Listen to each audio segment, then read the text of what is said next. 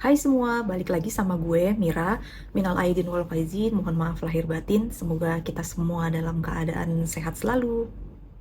Kalian pasti sering mendengar jargon bahwa di bidang data itu SQL penting, tapi lebih penting lagi untuk paham business understanding. Nah, kata-kata ini menurut gue agak sedikit abstrak ya ketika pertama kali gue mendengarnya.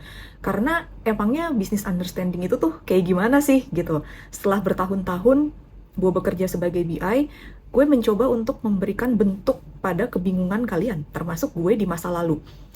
Nah, di video kali ini, gue akan membahas sebuah topik yang menurut gue seringkali menjadi struggle bagi para BI atau data analis junior dalam memahami bisnis atau dalam business understanding, yaitu menerjemahkan pertanyaan bisnis ke dalam data model.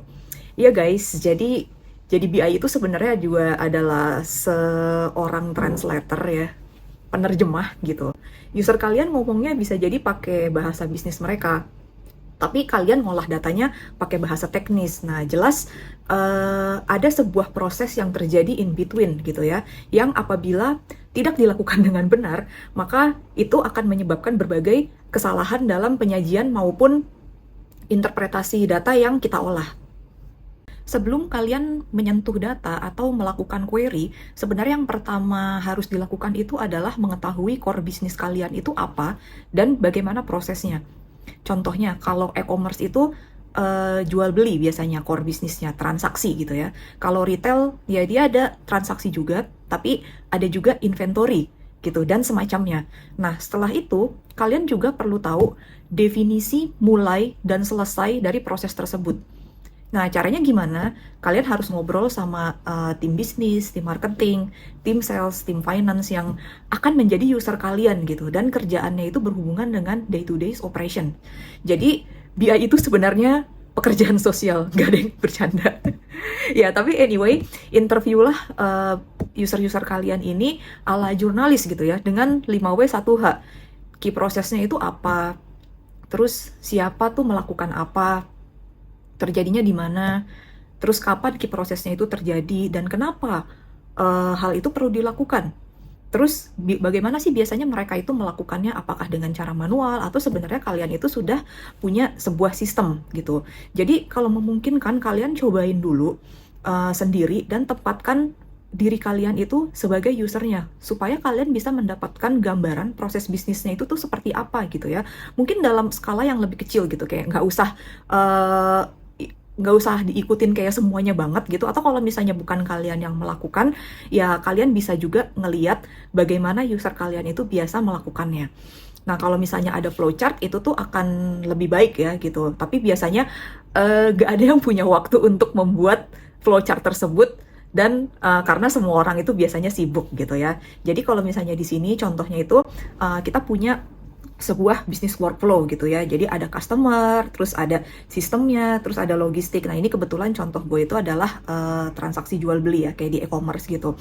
Nah, di sini kalian bisa lihat titik mulainya itu adalah customer itu memilih barang dan misalnya dia melakukan order gitu. Dia placing order, submit ke add to cart atau apa. Nah, kalian bisa definisikan prosesnya mungkin awalnya di situ gitu. Terus habis itu user itu melakukan payment, terus habis itu setelah itu akan ada proses logistiknya, kayak milih ngambil barang, nge-packin barang, sama shipping gitu ya. Tapi ini ya tentunya ini sudah disimplifikasi, proses aslinya itu lebih kompleks dari ini. Nah, tapi kalian bisa lihat di sini, di setiap tahapan ini itu tuh ada data yang di-generate gitu. Ketika ada proses order, data yang di-generate itu ya mungkin ada order ID, ada user ID, terus ada status, dan waktu order itu dibuat itu kapan. Begitu pula dengan proses payment dan proses logistik atau shipping gitu.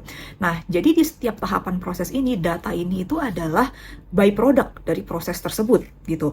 Nah, pertanyaan dari user lo itu, jadi kan kalau misalnya kalian mendapat request sebagai seorang data analis itu kan ada pertanyaan bisnisnya ya pasti. Nah, pertanyaan bisnis dari user itu tuh berkaitan dengan proses yang mana nih.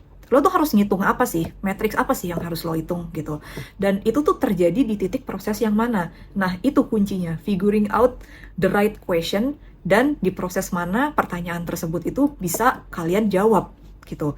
Nah, terus selain proses bisnis, kita juga perlu mengetahui biasanya sih mungkin segmentasi bisnisnya. Nah, ini biasanya yang akan memberikan konteks gitu ya. Jadi kalau misalnya bisnis kalian itu bisa dibagi menjadi B2C atau B2B gitu. Nah, berarti kan mungkin bisa jadi proses yang terjadi di B2C dan di B2B itu berbeda gitu. Nah, terus kalau misalnya apa ya, kalau rumah sakit gitu misalkan, ada flow dengan pembayaran umum, ada flow dengan BPJS.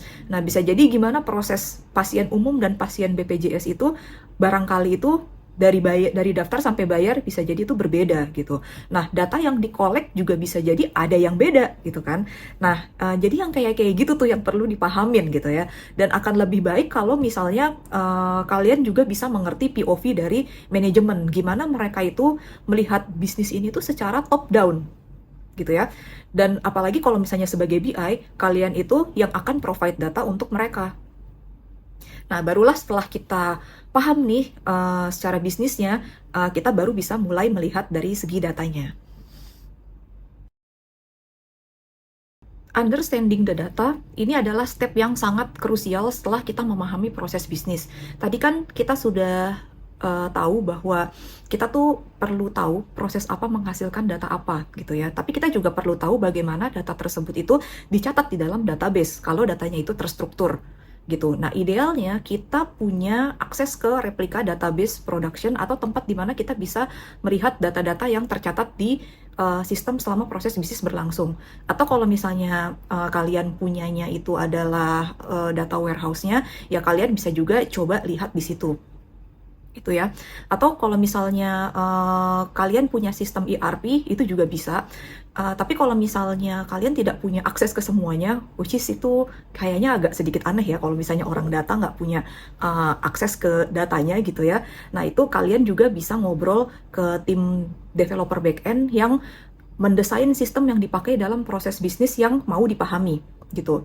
Ya ngobrol lah sama data engineer-nya juga gitu. Nah, kalau misalnya gue pengen dapetin data ini, itu caranya gimana sih? Atau mungkin table apa sih yang sekiranya bisa dipakai gitu, dan apakah ada definisi-definisi atau filter-filter atau rules-rules yang harus gue ketahui gitu. Intinya kalian itu harus bisa mendapatkan data yang merepresentasikan realita. Jadi proses bisnis yang terjadi itu kan fakta ya, realita ya. Data itu harus merepresentasikan fakta, realita. Gue beli beras 2 kilo, harganya 50.000. Terus di struk yang gue dapat totalnya 100.000, ditambah pajak jadi 112.000 gitu misalnya. Itu semua di data kita itu kayak gimana sih bentukannya? Apakah dipisah antara harga satuan, jumlah, dan pajaknya? Apakah dipisahkan tabel informasi pembelinya? Nah, kalau misalnya ternyata kasirnya itu salah input gitu misalkan, pengen void gitu. Nah, itu tuh transaksi gue tuh barusan gimana tuh terjadinya di data kita gitu. Nah, lo tuh perlu paham bahwa di dalam proses transaksi itu, selain kasus berhasil, ada juga use case lainnya. Nah, use case ini nih yang kalian itu tuh perlu ngobrol sama tim bisnisnya supaya tahu, supaya kalian tuh bisa memahami logiknya di data itu tuh seperti apa. Nah, bayangin kalau misalnya lo pengen merepresentasikan sebuah realita, tapi lo tuh tidak mendapatkan atau kalian tidak mengetahui gambaran yang utuh tentang realita tersebut gitu. Nah, user lo tuh nggak perlu tahu sebenarnya teknisnya itu kayak gimana, tapi lo perlu tahu bagaimana cara menerjemahkan bahasanya mereka dan membacanya di dalam data. Jadi itu yang penting. Nah, terus kayak contohnya lagi, misalnya ada data nol. Nah, kenapa sih dia itu bisa nol gitu? Karena nggak semua nol itu salah. Bisa jadi emang data tersebut itu opsional aja gitu. Jadi user itu tidak wajib untuk mengisi data tersebut, makanya dia itu ada nol gitu ya. Nah, kalau misalnya di dalam proses bisnisnya memang memungkinkan itu terjadi secara logis, ya itu tidak salah kan sebenarnya gitu. Tapi bisa juga ini terjadi karena kesalahan sistem.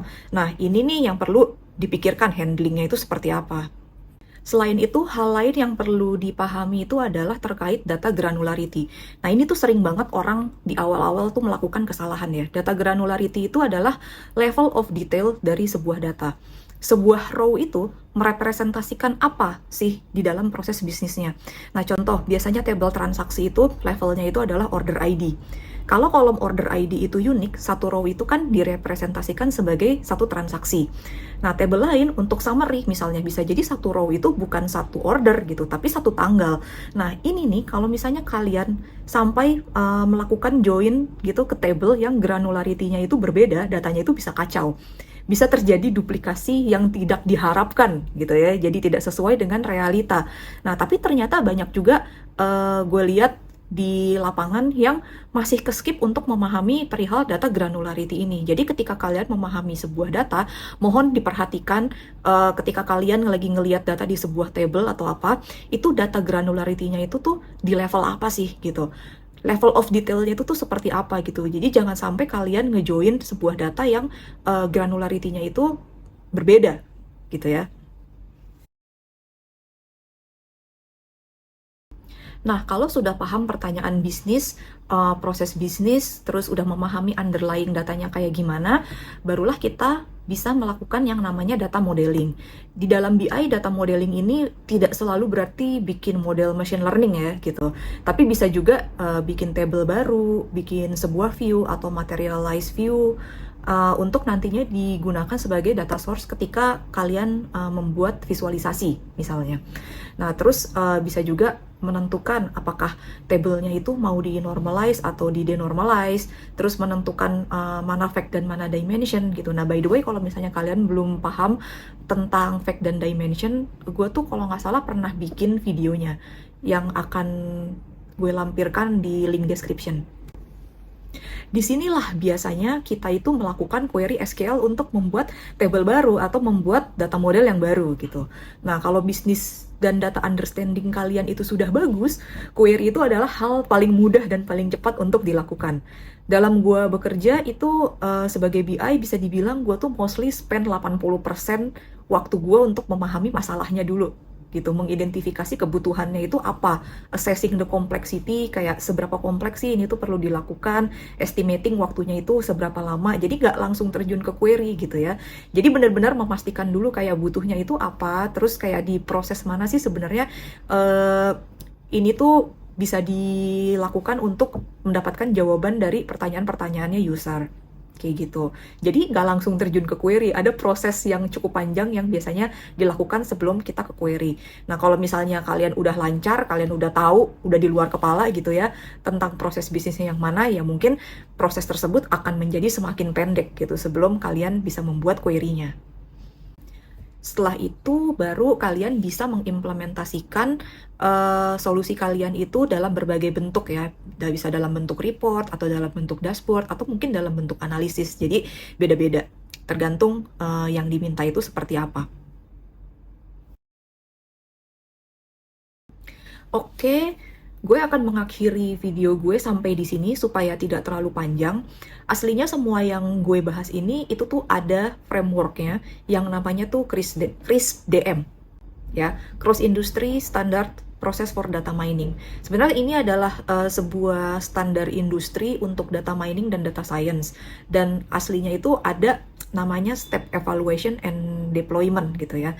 Nah, cuman dalam hal ini kita tuh bisa back and forth gitu, bisa bikin dulu baru implementasi, terus habis itu bisa dari implementasi ke evaluasi lagi, jadi bisa back and forth gitu ya. Terus dalam memahami kebutuhan bisnisnya itu juga bisa jadi nanti di tengah-tengah proses itu kayak, oh ini kayaknya ada hal yang belum clear nih, terus nanti bisa balik lagi untuk menanyakan ke usernya sehingga itu bisa jadi merevisi apa yang kalian kerjakan. Ya tapi inti prosesnya itu ya seperti itu, kalian harus mulai dari business understanding dulu, terus data understanding, preparation sama modeling biasanya seringkali dijadikan satu, terus habis itu ada implementation atau evaluasi gitu ya. Habis itu ya kalau misalnya perlu dideploy ya dideploy, atau tergantung seperti apa kalian akan menyajikan hasil atau solusinya gitu. Nah, mungkin cuman detailnya doang sih yang berbeda antara satu project dengan project lain, antara satu industri dengan industri lain. Dan stepnya ini tidak selalu terlihat sedemikian apa ya, sedemikian saklek atau sedemikian jelas gitu ya. Tapi for the sake of structure thinking, ya ada bagusnya kita paham dan kita mengetahui bahwa sebenarnya di dalam industri itu tuh ya ada standarnya gitu. Jadi kira-kira sudah terbayangkan ya apa yang dimaksud dengan memahami proses bisnis, konteks bisnis, dan underlying data yang ada itu seperti apa gitu. Jadi semoga saja ini tuh cukup mudah dimengerti untuk kalian-kalian yang baru belajar data atau baru bekerja di bidang data, jadi data analis atau jadi BI. Soalnya gue lumayan sering dapat pertanyaan tuh tentang ini, dan gue sering melihat juga orang cukup struggle di dalam hal ini ketika mungkin pertama kali mereka bekerja. Kalau di tim gue, biasanya gue akan suruh mereka itu 1 hari atau mungkin 2 hari menjadi QA. Jangan salah ya guys, dan jangan meremehkan pekerjaan QA. Bisa jadi mereka itu lebih paham dari kalian perkara flow bisnisnya. Gue minta cobain mereka untuk cobain core bisnisnya end to end karena kebetulan memungkinkan kalau di tempat gue. Nah, gue juga akan menyuruh melakukan ini bukan tanpa alasan gitu ya. Satu hal yang menurut gue sangat membantu pekerjaan gue di perdataan duniawi ini adalah karena sebelum gue terjun di data, itu gue sempat menjadi QA dan gue ngebantu proses QA gitu. Jadi iya guys, nyobain sistem end-to-end-nya sampai mabok gitu ya. Sampai akhirnya gue ketika pindah ke data secara full time, gue tuh sudah punya gue sudah punya mental map gitu dari hampir keseluruhan proses bisnisnya dan keterkaitannya satu sama lain gitu. Jadi kalau misalnya ada proses baru pun itu tuh caranya ya sama gitu. Misalnya ada bisnis baru yang belum pernah ada sebelumnya, terus tiba-tiba dibangun, ya gue akan melakukan proses yang sama, akan gue coba lihat gitu. Tapi sebenarnya lo tuh tidak perlu menjadi QA untuk bisa memahami prioritas dari core bisnis. Tapi pegang kata-kata gue, ketika kamu tidak memahami bagaimana bisnis itu beroperasi, maka pekerjaanmu sebagai BI itu juga akan terpengaruh. Oke, sekian saja video gue kali ini. Sampai ketemu di video selanjutnya. Bye-bye.